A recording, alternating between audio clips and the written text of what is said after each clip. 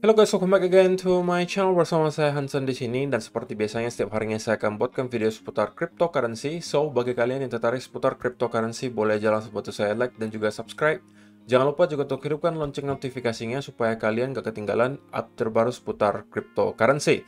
Oke, pada hari ini kembali kita akan bahas seputaran Bitcoin, dan market hari ini kembali sell off guys, ngedump cukup parah. Dan kita sekarang berada di ujung jurang. Saya akan jelaskan kenapa. Namun sebelum itu kita bakal mulai dari market cap terlebih dahulu. Per hari ini secara global market cap crypto kembali ke angka 911 billion dollar atau turun sekitar 6,21%. Nah, Bitcoin sendiri di angka 18.800-an, Ethereum 1.300, BNB 261, XRP 0,34, Cardano 0,44, Solana 31, dan Dogecoin ada di urutan ke-10 dengan harga 0,05 dolar. So, per hari ini kita melihat market rata-rata dalam keadaan merah, penurunannya ranging antara 5, sekian persen hingga kurang lebih 10%. So, itu adalah outlook sementara dari beberapa top coin yang ada. Sekarang kita masuk dulu ke beberapa berita dan data terbaru hari ini. Nah, dengan adanya sell-off yang terjadi selama beberapa jam belakangan, guys, tentunya kita kembali mendapatkan likuidasi besar-besaran. Kali ini ada sebesar 122.000 traders yang ke-liquid dengan total value sebesar 376 juta dolar.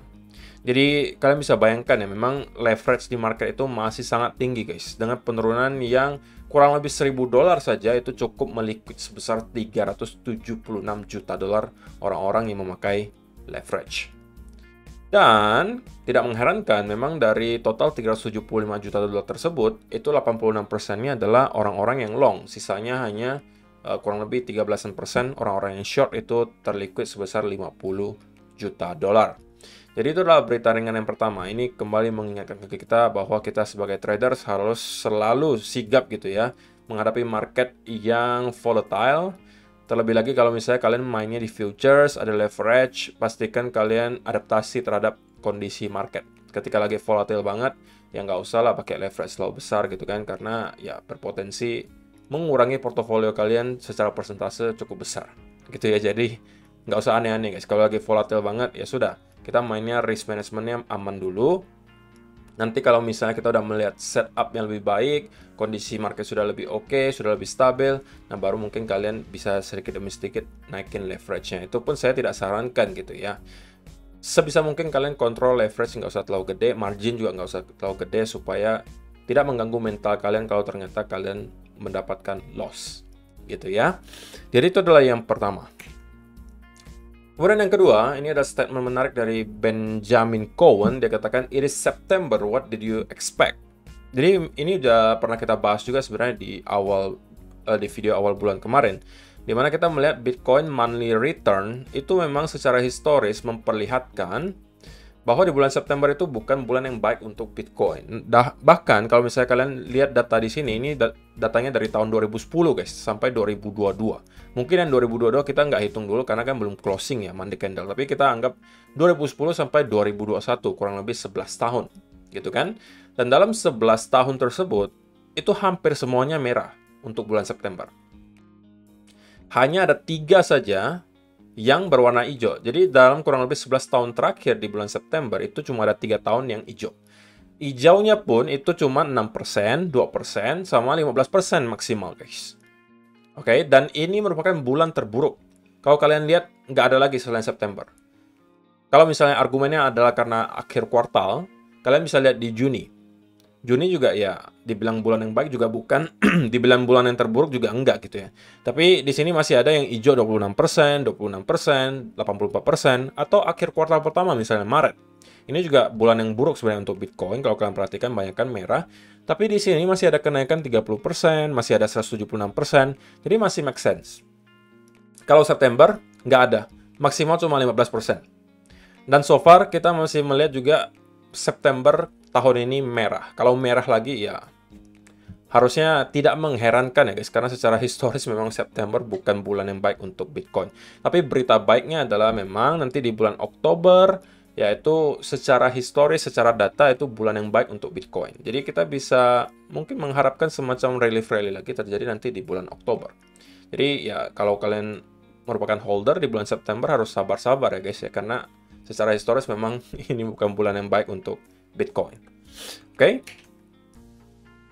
Cuman kalau kita berbicara dari perspektif data, menariknya guys, kalau kita perhatikan dari pemegang-pemegang terbesar Bitcoin atau wallet-wallet yang memegang Bitcoin paling banyak, top 500 saya udah cek guys. Itu cenderung masih ngehold atau akumulasi. Masih jarang saya temukan ada distribusi yang terjadi. Oke. Nah, jika kalian perhatikan, paus nomor 3 itu masih akumulasi sebesar 4.796 Bitcoin. Dan terakhir dia transaksi itu 17 September. Jadi baru-baru, guys. Kita cuma mau lihat yang bukan exchange ya, guys. Kalau misalnya ada tulisan di bawah seperti ini, itu adalah exchange. Nah, kita mau lihat yang bukan exchange, oke? Nah, kalau misalnya kalian scroll ke bawah, kalian jarang banget temukan yang distribusi besar-besaran. Adapun distribusi itu nggak besar-besar banget. Seperti mungkin nomor 44 di sini itu minus 1.771. Oke, kemudian di sini plus 597 baru akumulasi di tanggal 12 September. Kemudian di sini plus 2000 Bitcoin di 17 September. Di sini plus 800, ini bukan ya, ini walletnya exchange. Dan kalau kalian scroll ke bawah lagi, kalau ini minus banyak, tapi ini walletnya exchange. Nah, yang di sini, ini plus 13.800. Jadi di tanggal 15 September kemarin kita kedatangan paus besar baru, nomor 64, gitu ya. Dan langsung mengakumulasi sebesar 13.851 Bitcoin. Dan sisanya kalau kalian melihat, kalaupun ada distribusi kayak kecil-kecilan cuma 1.100 gitu kan. Cuma ada segitu doang. Sisanya nggak ada. Di sini plus 1.500 dan ini ya udah akumulasi dari lama sih ya. Nah, kalau kita cek di halaman-halaman berikutnya dari 101 sampai 500 itu malah nggak ada yang merah guys. Semuanya antara nge-hold atau masih akumulasi. Kalian bisa cek di sini, nggak ada yang merah. Halaman ketiga, di sini malah ada yang plus 7.700 Bitcoin dan baru diakumulasi lagi tanggal 16 September kemarin. Jadi masih baru. Di sini juga sama, plus 7.600, 13 September.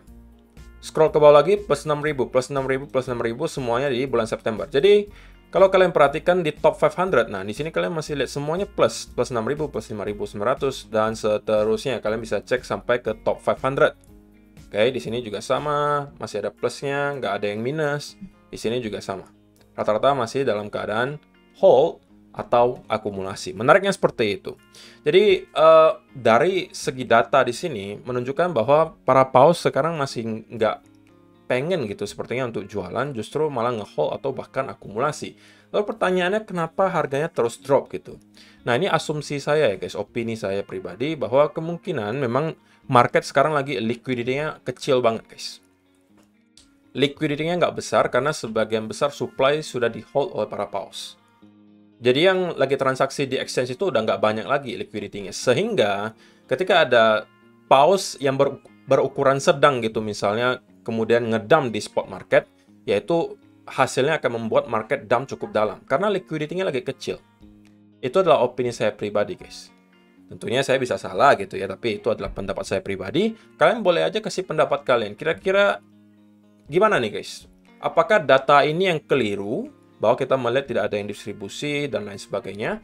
Ataukah memang kalian setuju dengan statement saya tadi? Atau kalian punya statement yang lain? Silahkan kalian kasih komentar kalian di kolom komentar di bawah. Nah, sebelum kita masuk ke chart, untuk kalian yang masih mencari exchange untuk diversifikasi aset, pastikan kalian consider Bybit sebagai salah satunya. Karena kebetulan mereka lagi ada event untuk trading di spot tanpa biaya. Jadi kalian mau trading sebanyak apapun itu tanpa ada fee. Ini akan sangat membantu kalau misalnya kalian merupakan seorang scalper atau misalnya kalian aktif dan sering gitu ya untuk trading. Dan di sini juga kalian bisa melakukan berbagai hal yang mungkin tidak akan kalian temukan di exchange lainnya, seperti ada copy trading, kalian juga bisa transaksi NFT, kalian juga bisa flexible staking. Semua fitur yang kalian perlukan itu semuanya ada di Bybit. Dan kebetulan juga kalau misalnya kalian mendaftar dengan link yang ada di kolom description box di bawah, kalian juga akan berkesempatan memenangkan reward hingga $4.000. So, kalau misalnya kalian tertarik, kalian bisa langsung aja klik link yang ada di kolom description box di bawah untuk mendaftar. So, itu adalah beberapa berita dan data hari ini yang pengen saya sampaikan untuk kalian guys. Sekarang kita masuk ke chartnya Bitcoin dan ya, saya pengen mulai dari daily chart terlebih dahulu. Tentunya kalau kita lihat di daily chart, kenapa tadi saya sebutkan kita sedang berada di ujung jurang nih guys. Kenapa kita berada di ujung jurang? Karena kalau kalian perhatikan, ini adalah area support yang sudah menahan Bitcoin dari bulan Juni kemarin guys. Dan jika kita hitung, itu sudah menahan Bitcoin 1, 2, 3, 4 kali.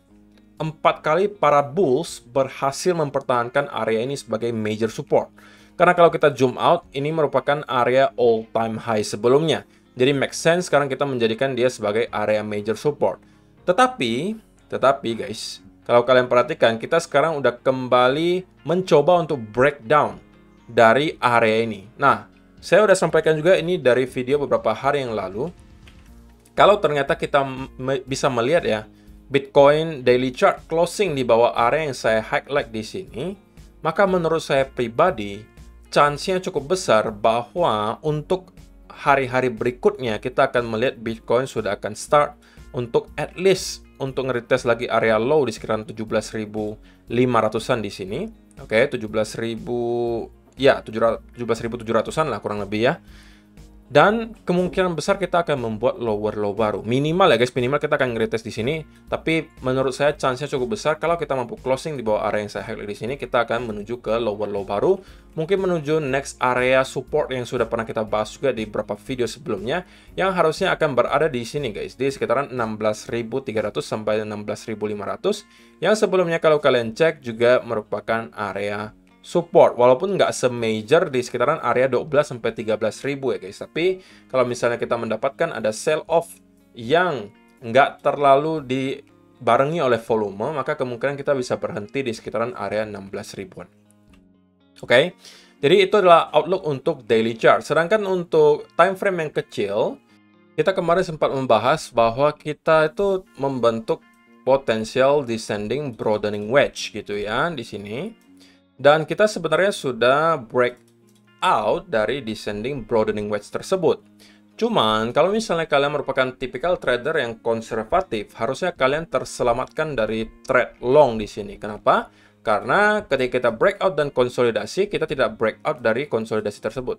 Oke, ini adalah konfirmasi bagi trader konservatif untuk masuk kalau misalnya dia memang pengen trade descending broadening wedge di sini. Dan kita ternyata tidak sempat breakout dan kemudian kita malah breakdown. Jadi terinvalidasi gitu ya. Tapi kalau kalian misalnya tipikal trader yang agresif, bisa jadi kalian udah masuk ketika dia breakout. Sebenarnya tidak ada yang salah, tidak ada yang benar gitu ya. Masing-masing mempunyai profil resiko yang berbeda.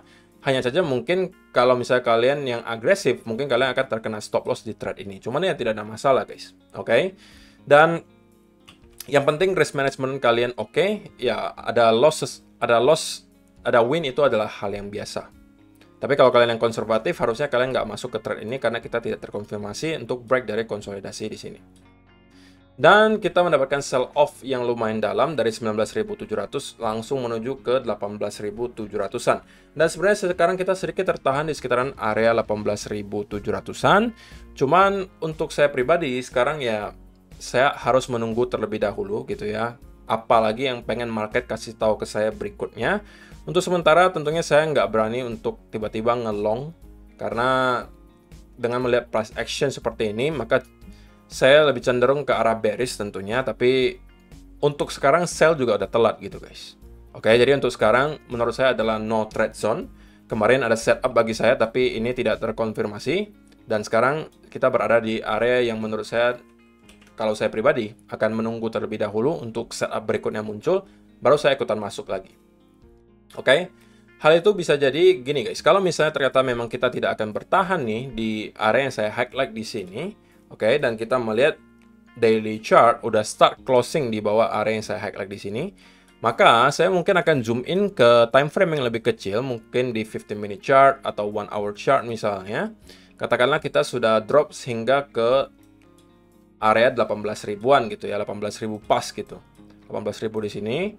Kemudian kita dikasih semacam pattern bearish continuation pattern. Nah, kalau ini yang terjadi, justru saya bisa mencari setup untuk sell gitu ya. Dan target utamanya tentunya adalah retest dari area low di sini di sekitaran 17.700. Dan kalau misalnya selling momentumnya masih sangat deras, maka ya saya pribadi cuma akan close sebagian di sini, dan sisanya mungkin saya akan ngelihat apakah kita akan tembus dan menembus ke lower low baru. Kalau itu yang terjadi, maka ya kita akan hold dan mungkin menargetkan ke sekitaran area 16.000. Jadi ya itu sementara yang bisa saya kasih gambarannya guys. Saya pribadi tentunya belum pengen untuk mencari setup untuk long. Kalau yang tadi terjadi, saya akan cari setup untuk short ya. Tapi untuk long sementara saya mungkin belum mau, kecuali saya dikasih ada indikasi bahwa yang terjadi di sini semuanya hanya manipulasi dan kita tiba-tiba di pump lagi deras seperti ini. Oke, dan kemudian kita mendapatkan ada indikasi lagi inverse head and shoulder tercipta di sini, maka ini mungkin lebih make sense bagi saya untuk kembali mendapatkan atau mencari setup untuk long. Tapi sebelum hal tersebut terjadi, saya cenderung akan mencoba untuk mencari setup untuk short. Tapi shortnya tentunya tidak di area support ya guys, karena kalau misalnya kalian short di area support ya itu nggak make sense. Lebih make sense-nya kalau menurut saya pribadi kita tunggu dia drop ke sekitaran area 18.000. Ya, 18.500 atau 18.000 pas, dan kemudian kita terkonsolidasi di sini. Kalau ini yang terjadi, maka ini adalah chance untuk kembali short. Oke.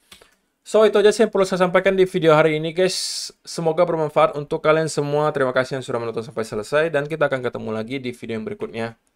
Bye-bye.